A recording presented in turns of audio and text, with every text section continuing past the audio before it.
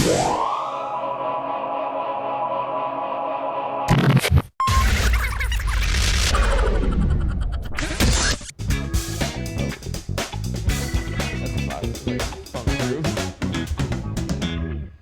you said it. Milk was good.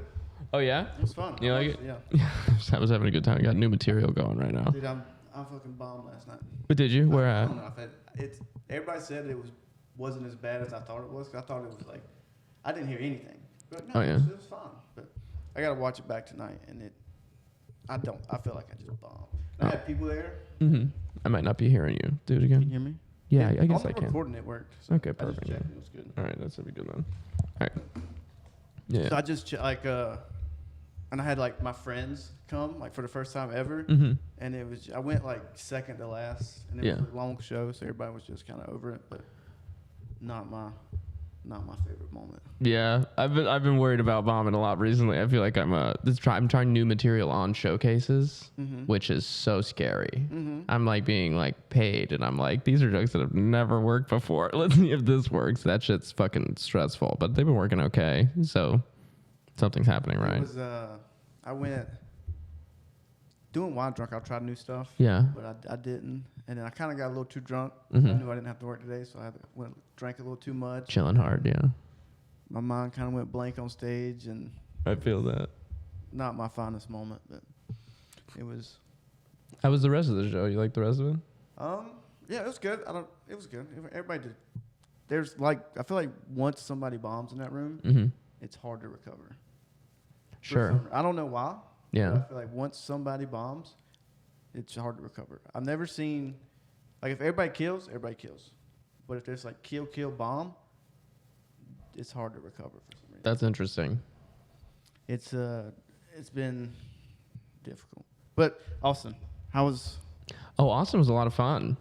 I 6 days. Yeah, I was there for 6 days. And I got on 3 shows, which is not very many for 6 days. But apparently, like 3 shows a week is about what like people can get out there. The Orlando guys, they said that's like pretty good. Mm-hmm.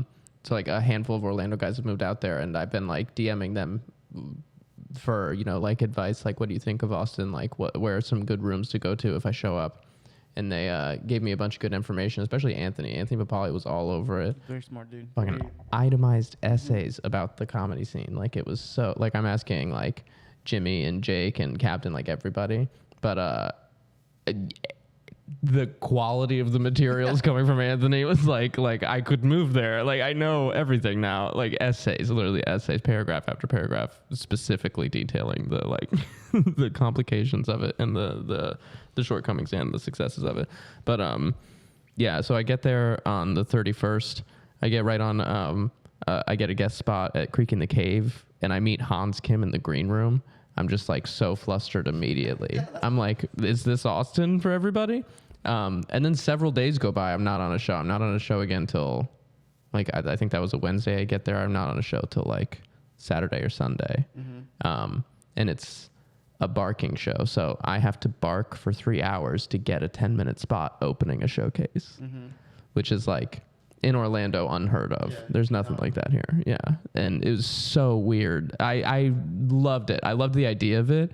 And I liked the fact that I just like kind of enjoy barking. Like, it's like I was under a speaker. I was dancing a lot. Like it was fun. But that's not like Orlando. There's not enough stage time to go around out there, as far as I can tell. At least for people at our level. There are people like Cam who are just like, flying between shows. They get on every show because people want them there. Right. But if people don't love you and want you there, then you're fighting to be loved and wanted. Mm-hmm. And it just reminds me too much of my childhood. I I can't handle that shit. But the third show I got on was the Comedy Mothership open mic. And that was fucking crazy. What's the club like? It was beautiful. It was beautiful inside. So pristine. At one point, as I was going to the bathroom, I accidentally walked into the women's bathroom. Yeah. And then someone was like, hey, you're in the women's room. And so I was like, oh my God, my bad. And I left. And then I went to the men's room and I was like peeing in the urinal. And I was like, man, I bet Joe Rogan pees in this urinal. The hype is real about the club? Yeah. It's a good looking spot. Dude, the little boy, I did it in the little boy. I didn't go in the fat man, but the little boy was packed out, like pretty much full. Adam Egget was there. Brian Simpson was there. I do my set, I murder. 3-minute sets. Crazy. It's giving Bull and Bush. Like, that's so fast. I didn't have 3 minutes of material. I was like, I'm just going to do my lesbian joke. I guess that's 3 minutes. And it worked out very well, but crazy to think that Adam Egget saw my set. He didn't know, he didn't come up after show or anything like that. I just got right out of there. I had to go sign up for Kill Tony. Yeah, they were like, after your set, leave. I left. Yeah, but like 200 people sign up for that shit, and Cam recommended me. There's like a Door Guy group chat where they do recommendations for that. So Cam recommended me for that. And then the next day I leave. So I sign up for Kill Tony. I don't get on. The next day I leave. I leave at like 6 a.m. I get to the airport, whatever. I'm home. It's like 2 p.m. the next day. I'm in Orlando. Cam texts me, "You're on at 8 tonight at the Vulcan." And it's the Kill Tony regulars show. Bummer. I would have been with Hans Kim, DJ fucking David Lucas, and Cam. And then I also saw that Captain and Jake were the people who ended up getting those guest spots. So good for them. So what's your thoughts on Austin? Are you going?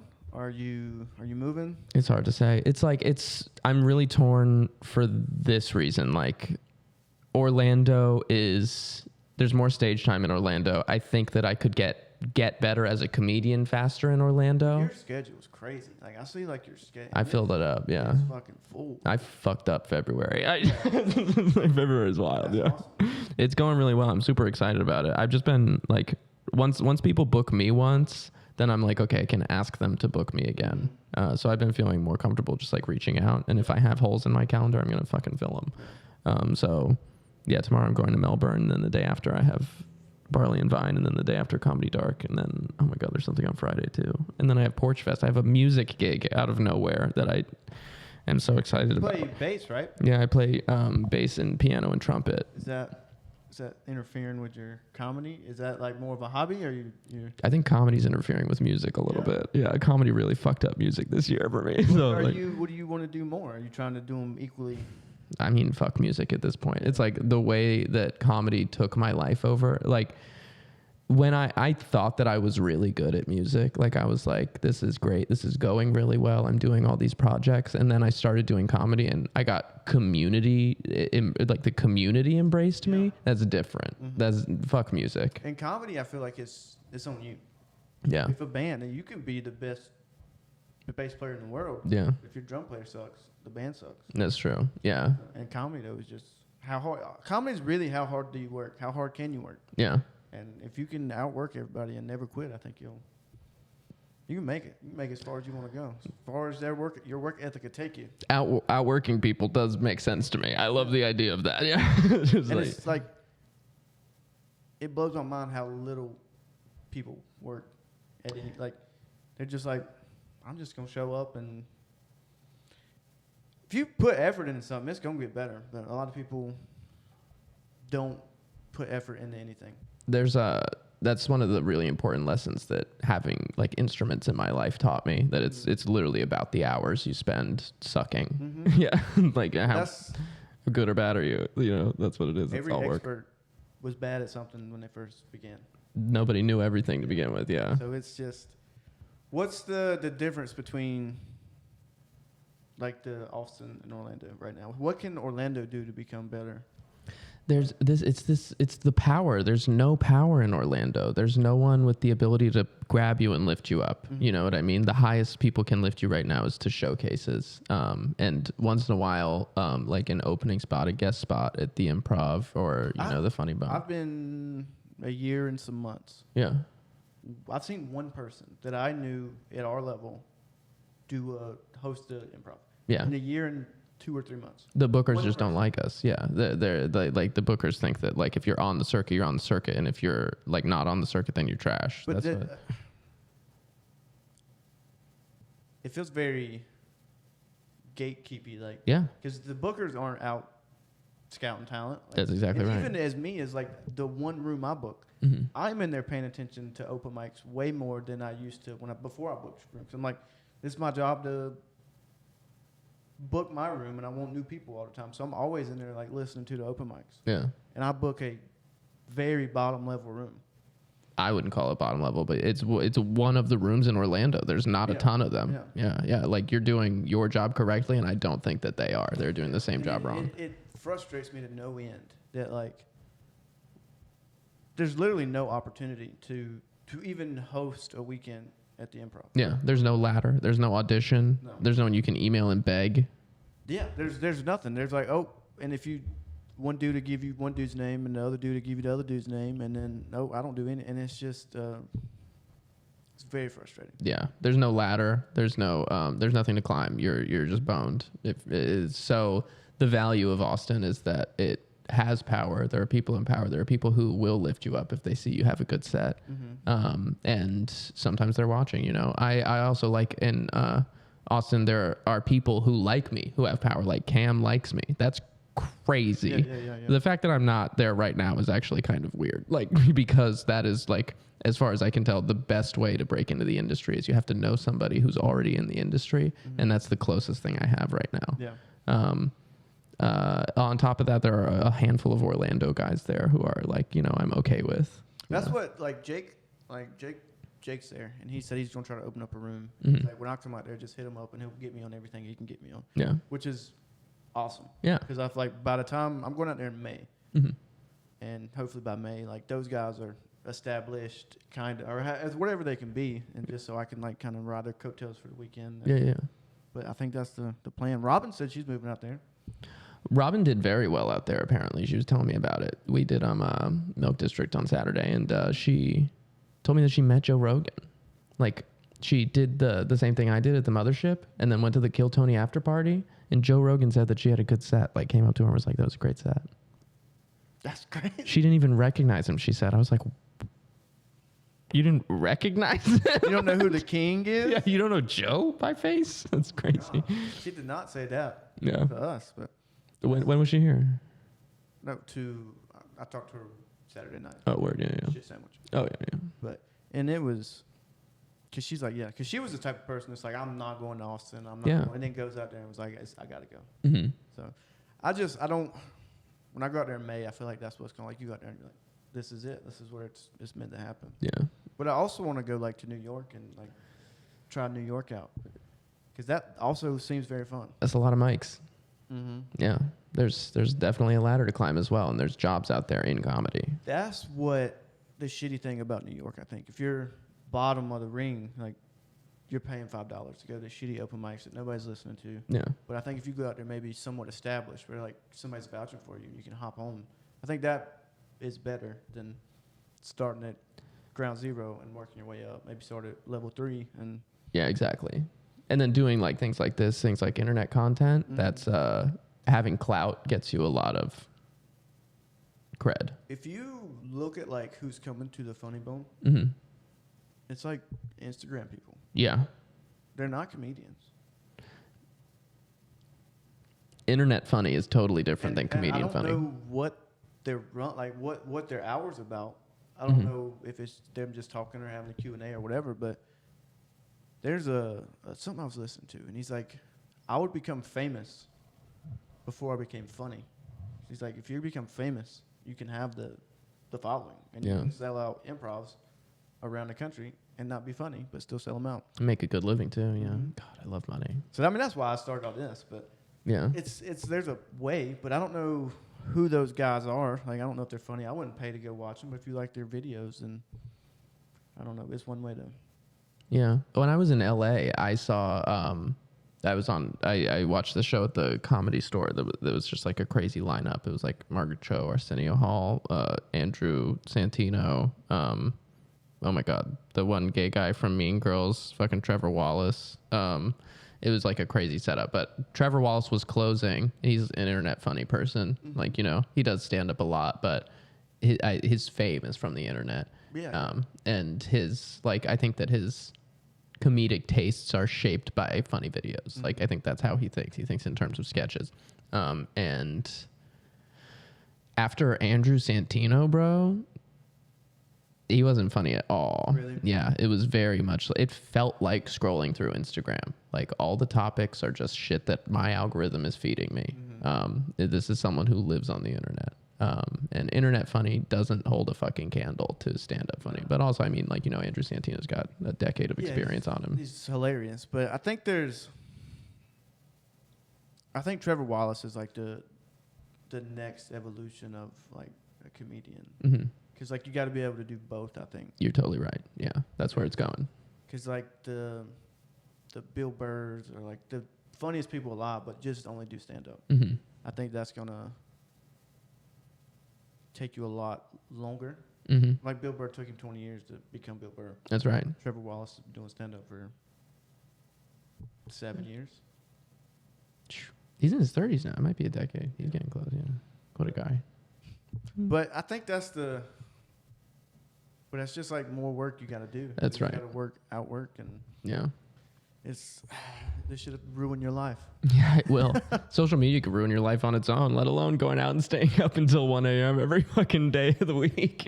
That, yeah, and you got to choose between like a job and not being broke. Yeah. Or comedy And being good at being it. broke. And yeah. It's a weird trade. Because eventually I got to quit my job eventually. God willing. Yeah. Yeah.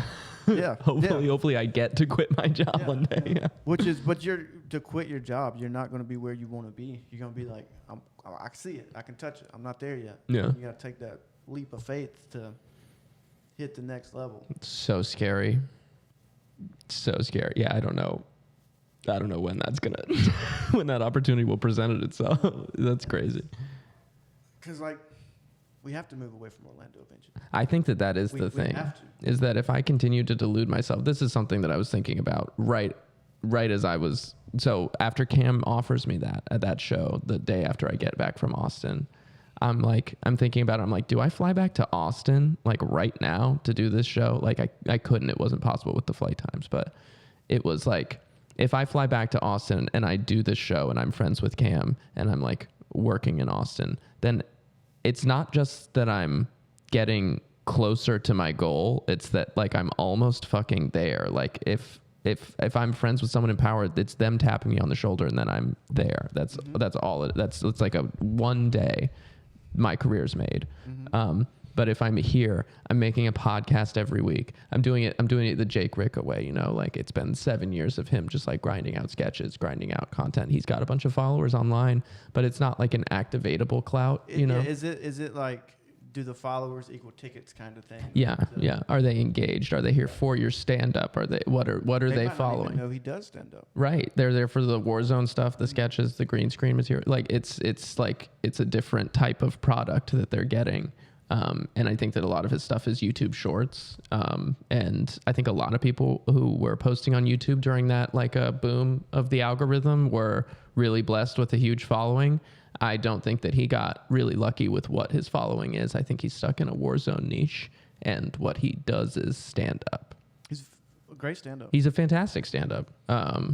And I would imagine he's good at Warzone. I like his videos. I don't I don't play Warzone. I don't get it, like, you know, but I like the slidey ones. Yeah. They're hilarious videos. Yeah, they're great videos and everything. But I'm just thinking about like the process. Like that was 7 years to get to, 300,000 followers on YouTube or whatever.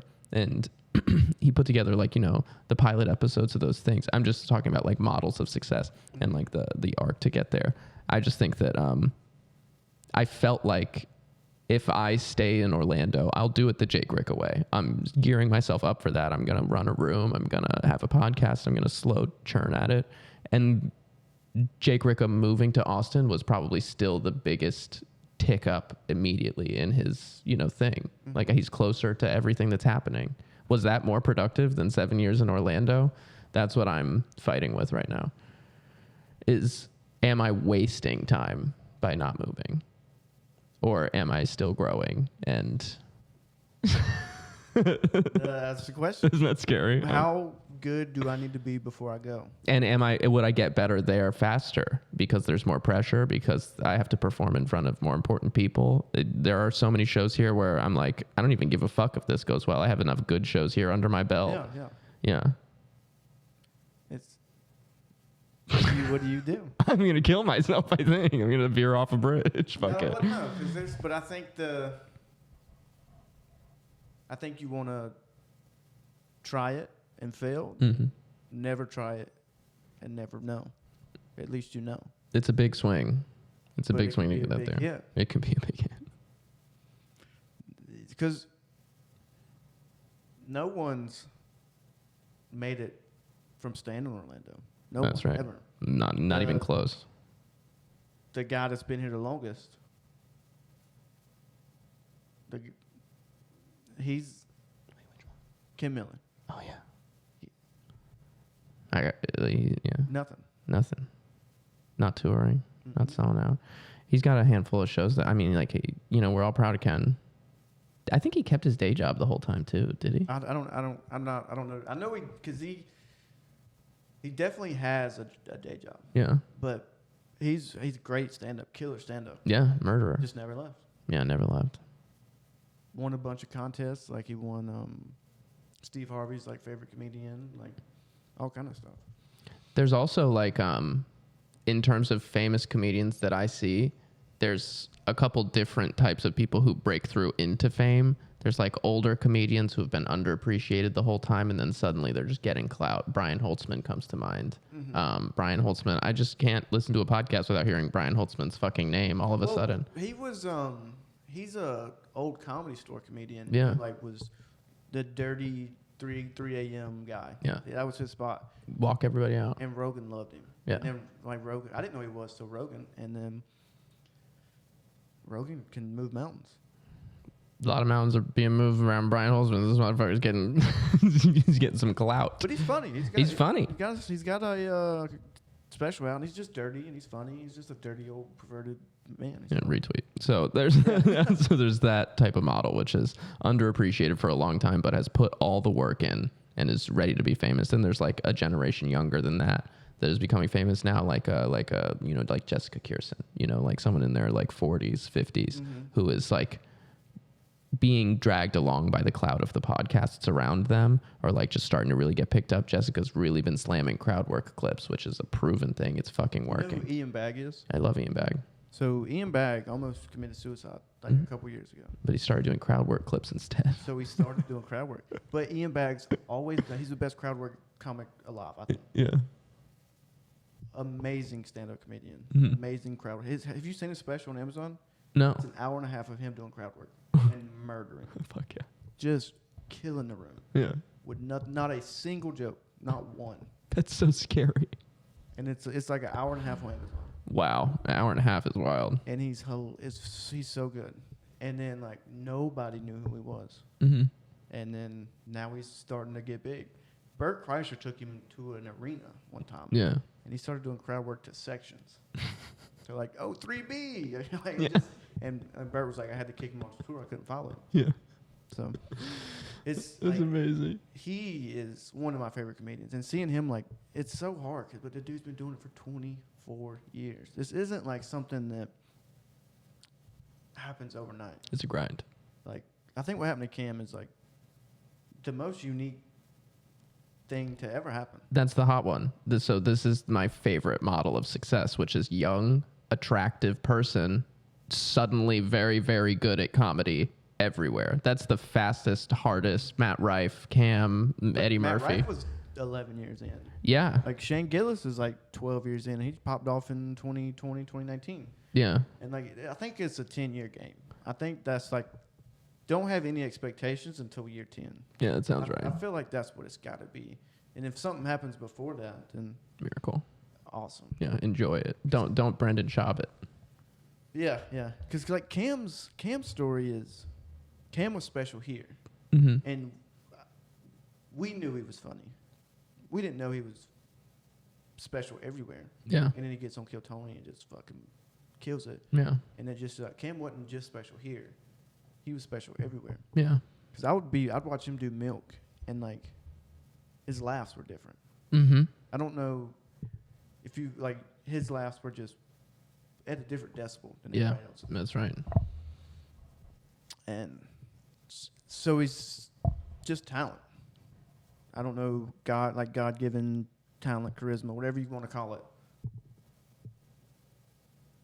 You can't just. Some people just can never work. You can work as hard as you want, and never get it. Yeah. So it's hard to. I don't like. A lot of people like just because we know him, we did the same open mic with him.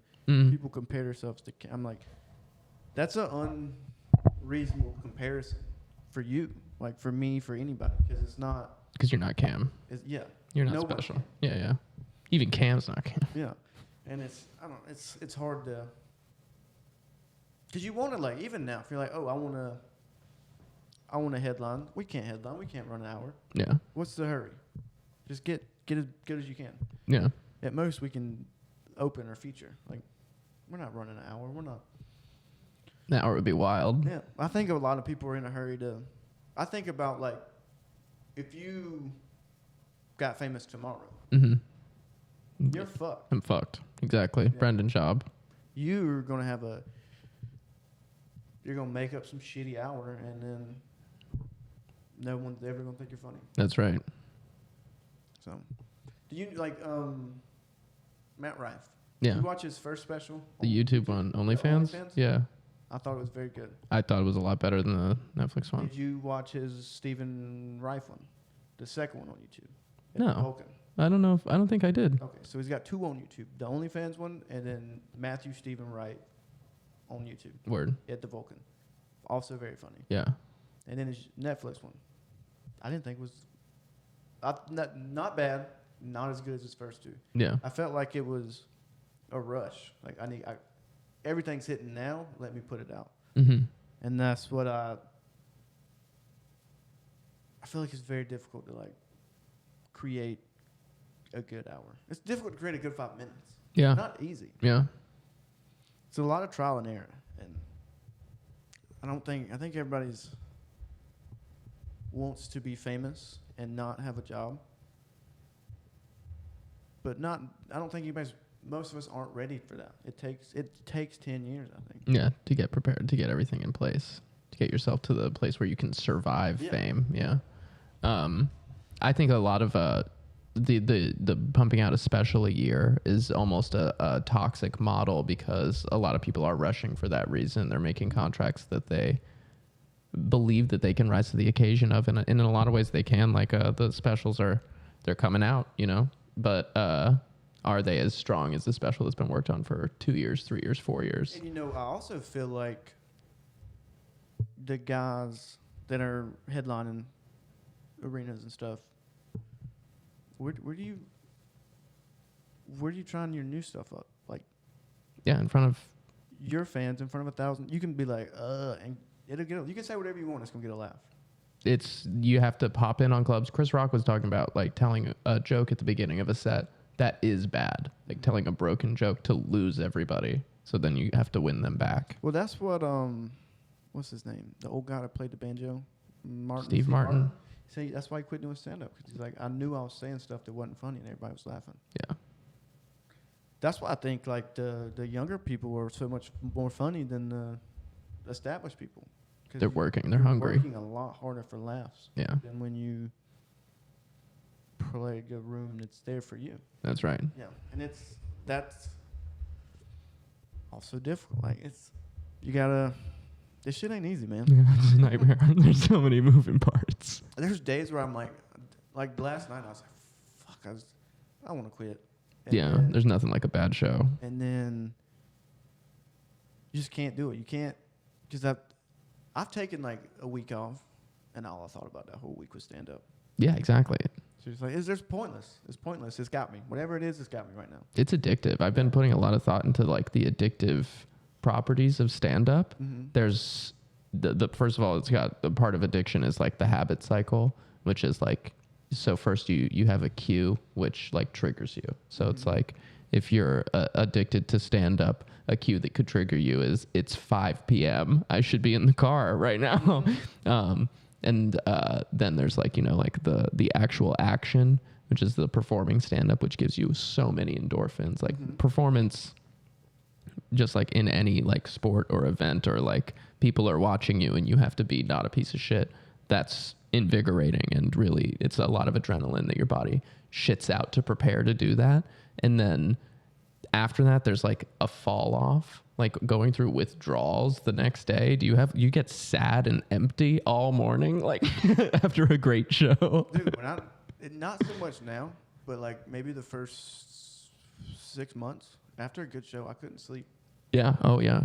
I can't. All I can think about is like the laughs, and I can't sleep. And the next day, I'm all like, it's just you ride a wave. Yeah. But a bad show is like, it's still fucking with me right now. Dude. And because it's not like I'm okay with having a bad show, but I didn't do what I needed to do. I drank too much. Mm-hmm. I didn't prepare as much as I needed to. Right. And I didn't if I'd have done all those things, it'd have been a killer. I'd have killed. But I didn't, so I'll never know. So. But I really respect that the things that you're saying are things that were within your control. Yeah. I drank too much. I didn't prepare. A lot of comics will get off stage and be like, the fucking crowd. I try to never say that because I'm like, a better comedian than they would have killed. That's right.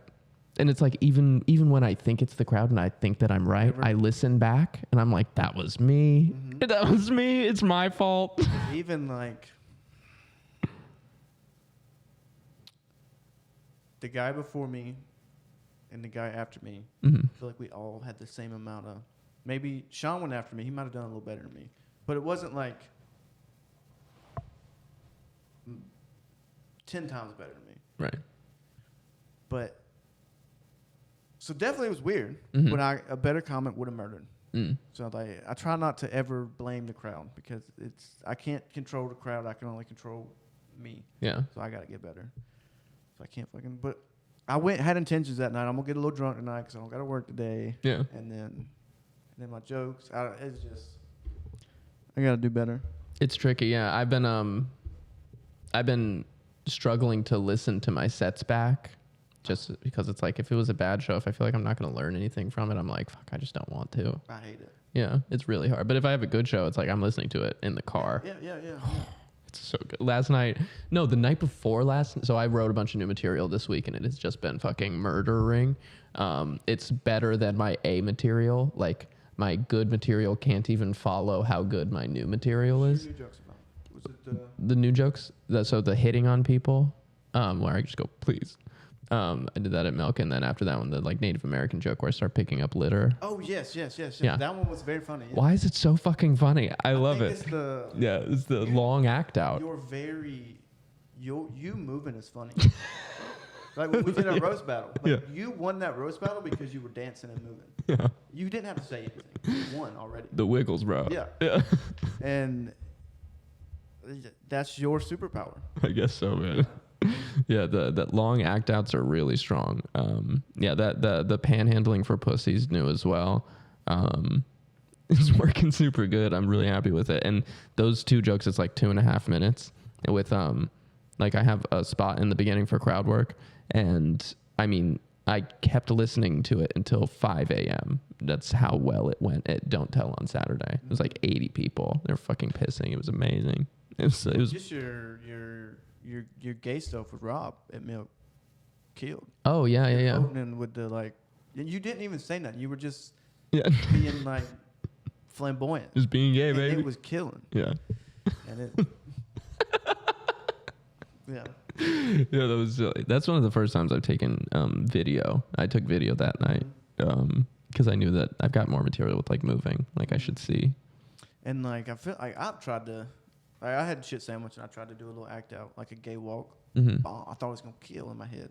Nothing. Yeah. And nothing's worse than acting a fool on stage and nobody laughing. It hurts so bad. That's the worst. Yeah, God, it hurts so bad. It hurts so bad that I have to laugh. Like when I do something that I think is going to be funny and then no one laughs, I'm laughing at them not laughing because I need that for my ego to feel safe. I need to be like, it's not funny and no one's laughing. Just trying to having a joke that you know works and you say it and you get nothing. Yeah, well, so what do you do? It's hard. You guys tell the next joke.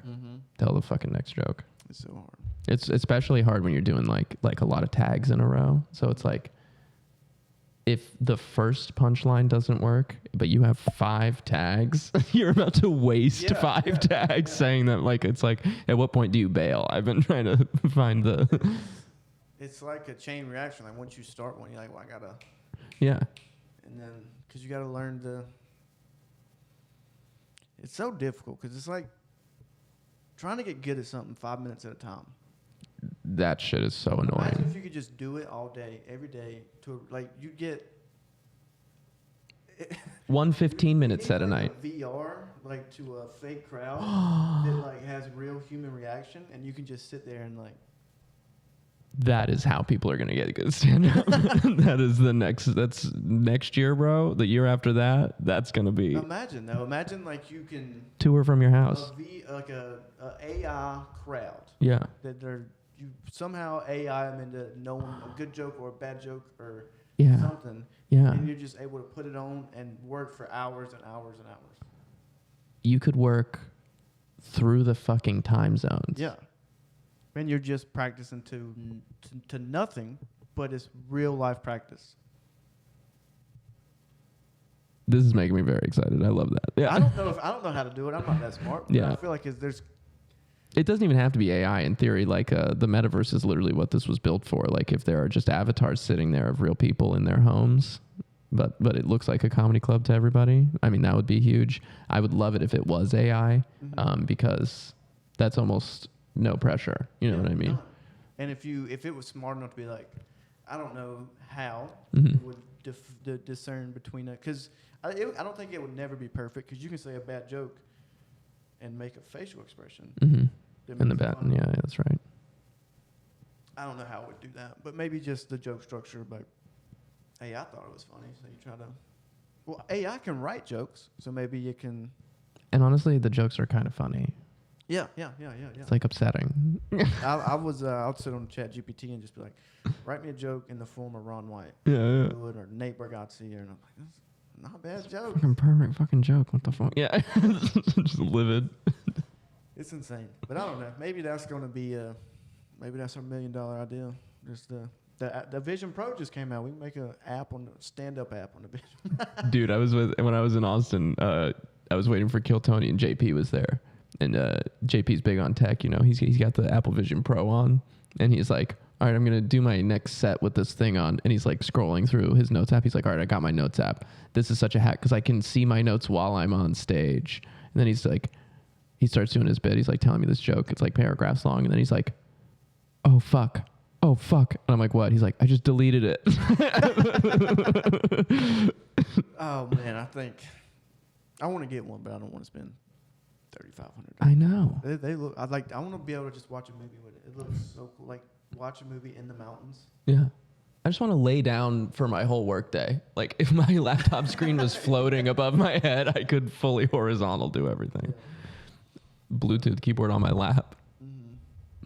I while I was watching the commercial for the Apple Vision Pro, the first one, I was like, oh my God, I'm so fucking excited. I'm definitely getting this. I'm prepared to spend $2,500. And then like right then it was like $3,400. I was like, no. What is it, like $271 a month for 12 months, I think is what it is if you do a payment plan. I'm not doing that. The next one will be better and cheaper. So just wait 2 years, I think, and it'll be a little better. But so you want to start a room in Orlando? Yeah, I think for this year, one of my goals should be starting a room. I think that could make a lot more money. I think that could do a lot more time. And this year's going to be about getting and owning the feature spot. You know what I mean? It's so worth it. Yeah. It's aggravating. It's a lot of headache, but it's worth it. Mm-hmm. And it's just like we got very lucky with our room. We just walked in and was like, this is it. So I think finding the spot's the hardest place. Mm-hmm. But if you can, to be able to make the rules isn't, because if I want to do 20 minutes, I can go up there and do 20 if I want. That's huge. No one can tell me to do anything. Right. If I want to do 15, if I want to do 5, if I'm supposed to go up and I don't feel like going up, I don't have to go up. Right. And it's a game changer. Yeah. Because even it's so it's made me such a. I don't know if it's made me better. I feel like it has. Just from I can host one night. I can run the light as much as I want, and then I can make money. It's a headache, but it's so worth it. I think every comic should want to run a room. Like a showcase, not an open mic, like a real showcase room. Yeah, like book people, like be professional, have an audience. Because not only that, like you're able to connect with like people in Tampa. They book shows in Tampa. That's right. Shows in Miami, and then you scratch my back, I'll scratch your back, and then we're all booking each other on shows. And I met Gina from Tampa. Gina's great. Yeah, she was like, she was talking about running the show, and then I was like, oh, well, let me book you on my show. She's like, oh, what room do you run? I was like, Wine Drunk. She's like, you run? I was like, oh, is it? Yeah.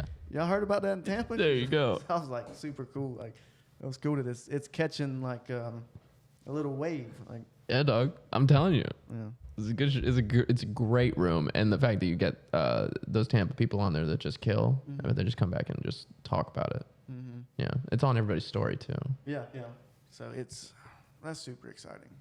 But yeah, what kind of money you guys make off that? depends. Like this past Sunday, I think we made out with like 320, Okay. 340. Is that all tickets? No. Well, yeah. All that was $10 a ticket. We sold 34 tickets, but we gave some away, but we sold 34 tickets. That's not average. We average like 15 to 24 tickets usually, Okay. and at $10 a ticket. And then we do 16 free tickets to the veterans. So that's why there's usually 30 to 40. It's like half paid, half for free. Yeah.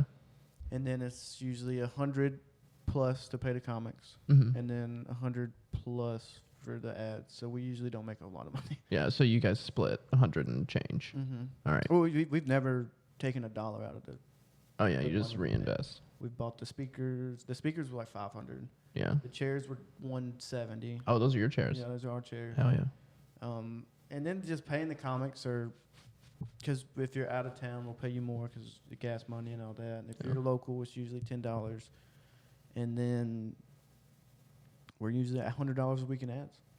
Yeah. It's not. Dylan ran an open mic, and he said I made way more money doing an open mic. Mm. It's guaranteed 100, whatever your Deal is fee with the is, people. Yeah. because you don't gotta give money, and whoever hosts is like $25. So I haven't made $1. I'm out money. On Yeah. my show, but that's what I don't care. I made it for me. Yeah. And it's a massive resume piece. Mm-hmm. Makes you look great. Ton of experience. Massive practice doing stand-up and running shows. And it gives you power out the ass. I mean, now you have connections with Tampa people, South Florida, North Florida, like literally anybody coming through town. Yeah, dude, for Colorado, Chicago, LA. Like we've had all kind of people in. Fuck yeah. And like New York. So it's just Have you had Christoph on? yeah. Yeah. We've had Christoph on. It's just so it's worth it. It's worth the headache, but it's a pain in the ass, but worth it for sure. As far as becoming better and progressing your career, it's worth it. Yeah, definitely. Especially in Orlando. That's one of the things about Austin as well, is finding the space is hard in Orlando. In Austin, every fucking bar has a stage in it, and a good stage, and a stage that's got bands on it all the time. They're familiar with having acts. Dude, if you could find a Friday room. Yeah, I've been looking. I want Friday, and I want downtown so I can bark. Like you change. Grumpy's had a good. It's not every Friday. Ryan, there was probably like 30, 40 people in Grumpy's. He had a Friday night showcase. Very fun. But it's not weekly. I might be once a month. I'm not sure what their terms are. Yeah. But Orlando needs a Friday night showcase. I completely agree. I would fucking kill for it to be downtown where people can be barked at. People who are walking around looking for something to do can be barked at, and then I can get wasted with my friends afterwards. That's what I want. That's what I've been talking to Dylan. I was like, we need to find a Friday room because it's just gonna. I wish we could do it at fucking Imperial. But Do they not do Fridays or? play music. I told the dude, I was like, you don't have to pay us. They don't pay us anything. Yeah. You have to pay these bands to show up. You don't have to pay me anything. It'd save you money. It'd make them more money. And the bartender said that we are on Sunday night. We make the most money every week. That's so good, dude. Yeah. That's so fucking good. That's so nice. And we don't. I mean, we don't see a dime of it, but Yeah, but it's not. It's they keep letting us come back every week. Yeah. Which is all we want. yeah. But there's a rooftop on top of Imperial. I didn't know that. Yes, with like us, we could do a show. That's so cool. So I'm gonna try to do a show on top of Imperial. Hell yeah. So I don't know if we're gonna be able to, but Are there stairs in there? Where yes, are they? In the yeah. back? It's like if you're looking at like the front door, Yeah. the third window, there's like a staircase. It's like on the, you know where the bathrooms are in the back right? Yeah. They put a bookshelf or something that you move out the way, and there's room back there. Yeah. So it's like a little secret passage. Scooby Doo Yeah. shit. Yeah. Hell yeah. But you're doing Don't Tell March 17th, right? I've got a couple Don't Tell. Oh wait, no, I just did my first of the 2 Don't Tells that I had booked. Yeah, I've got another Don't Tell coming up. I guess March 17th. Yeah, it is March 17th. That's right. With Imperial. Yeah. Is that Imperial? Mhm. Oh, I'm excited. Yeah. Oh hell yeah, So that's gonna be great. We're gonna not do Wine Drunk one Sunday and do Don't Tell. Okay, fantastic. Dang, I wish it wasn't instead of Wine Drunk. They only let it. Well, I figured, marketing wise, for Wine Drunk, Mm-hmm. everybody that follows Don't Tell is a comedy fan. Mm-hmm. And everybody that is going to come is going to enjoy comedy. So That's we're going right. to promote Wine Drunk also to the people there for Don't Tell. I like We'll that. probably put up the sign and all that stuff. Yeah, hell yeah. But just so they might not know about us. Mm-hmm. But after the show, there'll be 50 new Wine Drunk fans that'll come. So Yeah, make sure that it's said that there's a show there every Yeah. Sunday. Yeah. Yeah, and then I think if people like it, they'll slide back. Yeah, for sure. I think it'll be good for Wine Drunk. Yeah, So it's worth to lose a Sunday. I mean, yeah. So it's I think, me and Dylan's gonna be on it. So yeah. it Hell yeah. it works out. Oh, it's gonna be a fun show, man. It'll be good. I'm stoked. The Don't Tell that I just did. Jari Wright was supposed to go after me, Mhm. and then Shaw. So it was like I was already like towards the end of the lineup, which never happens. I'm always like in the middle or the beginning, and I was like kind of nervous about it. I was like, this is a big show. Like C. Dillard's going first. Like this can only. Yeah, he's killer. Like, but I have to follow 4 people that have followed him. Like, how good is this show gonna be? And then Jari had to go earlier because he had to go on Shit Sandwich, which he mixed up the times. He thought Shit Sandwich was before it, but it wasn't. So he had to like move from after me to way before me. So now it's just me then Shaw. I'm like right next to closing out the show. The comedian before me is like in his 40s. I'm like, God damn, he's killing it. Like he's been doing it for a long time. And then I go up. It was so much better than I was ready for. I don't remember why I was talking about this. Just lineups. Yeah, it was crazy going second to last. Crazy. Totally new kind of energy. Yeah, I've done a Don't Tell, and I did a Don't Tell like 4 months in the comedy. Oh dang, where at? It was a furniture store. Okay. Jake booked me, and I did not have 10 minutes. He's like, you're doing 10 minutes. And I was like, I'm doing, okay, here we go. That's so I scary. had like 8 minutes. Mm-hmm. But I had like some stuff in my pocket I just haven't tried out at an open mic yet. Mm-hmm. And I opened with it. Yeah. I had to fit it in there, and it got laughs. Hell yeah. I don't know. It was still fun. But that'll be the second one. But they're there for comedy. So Exactly. if you say something remotely funny, they're gonna be having a good Thank God he did his job. Yeah. Yeah. But it's fun. I don't know. Don't Tells are really cool. But I don't know. I wanna get Orlando to like a spot where it's like maybe like the comedy town in Florida or something like that. I don't know. Like people come like, oh, comedy's hot in Orlando. Yeah. Like if we could do, because like there's Milk on Thursday, we need a Friday spot. Milk on Saturday, Shit Mhm. Sandwich on Saturday, Mm-hmm. Wine Drunk on Sunday, Moon Room on. If we could just do something like a real show every day of the week, I think that would be killer. Now you gotta change shit quick. Like, and they don't have to be great shows. Yeah. Like, but just Shows with people though. Shows with tickets sold. like Tuesdays are terrible in Orlando. Like you can go to Falcon and waste 2 hours of your life, and then, well, I mean, I have fun in Falcon. Yeah, me too. I but do. there could be for sure something better on Tuesday night. Yeah, I think that open mics are really like I'm starting to see them in a more clear way. They are. It's the trenches. You know, you're there to fight. You're I refuse to do material on open mics. Yeah. Like, and I see people that's been running the same jokes Mm-hmm. for since I've been doing comedy. Scary hole to fall in. For a year and 2 months, the same fucking joke. Really scary. Yeah. So I'm like, I will sit there and read notes in my phone while I'm on that. I don't care if I bomb. I don't. It's not. That's what it's for. Yeah. It's not. It's not for to do good. Mm-hmm. And I feel. I don't know. I think Orlando could be a good spot to get good. I think the way that Cam is repping Orlando is huge. Not a lot of people who leave Orlando still talk about how good Orlando was. Well, think about like the guys that followed him are all very funny from Orlando. Mm-hmm. Tony, Jake, Captain, Billy, like just very like our top guys here, and now they're all there. And people there are like, how many fucking funny people are in Orlando? Yeah. So I think it'll be good, and then that opens up like a spot for people below them to take their spots, which is I think what you're doing. Yeah. So Fucking power grabbing. yeah, there was which exactly what we should be doing. Yeah, exactly. Yeah, we got promoted. Yeah. That new meme with that black lady where she's like, You are now our new employee. Yeah, dude. It's so funny. That shit is so funny. Yeah. When all the good comics move away. You are now. Dude, it is. Fuck.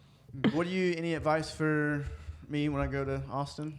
Yeah, reach out to everybody. Everybody? Everybody. Ask everybody what's going on, what they're up to, and then just hang around them. Yeah.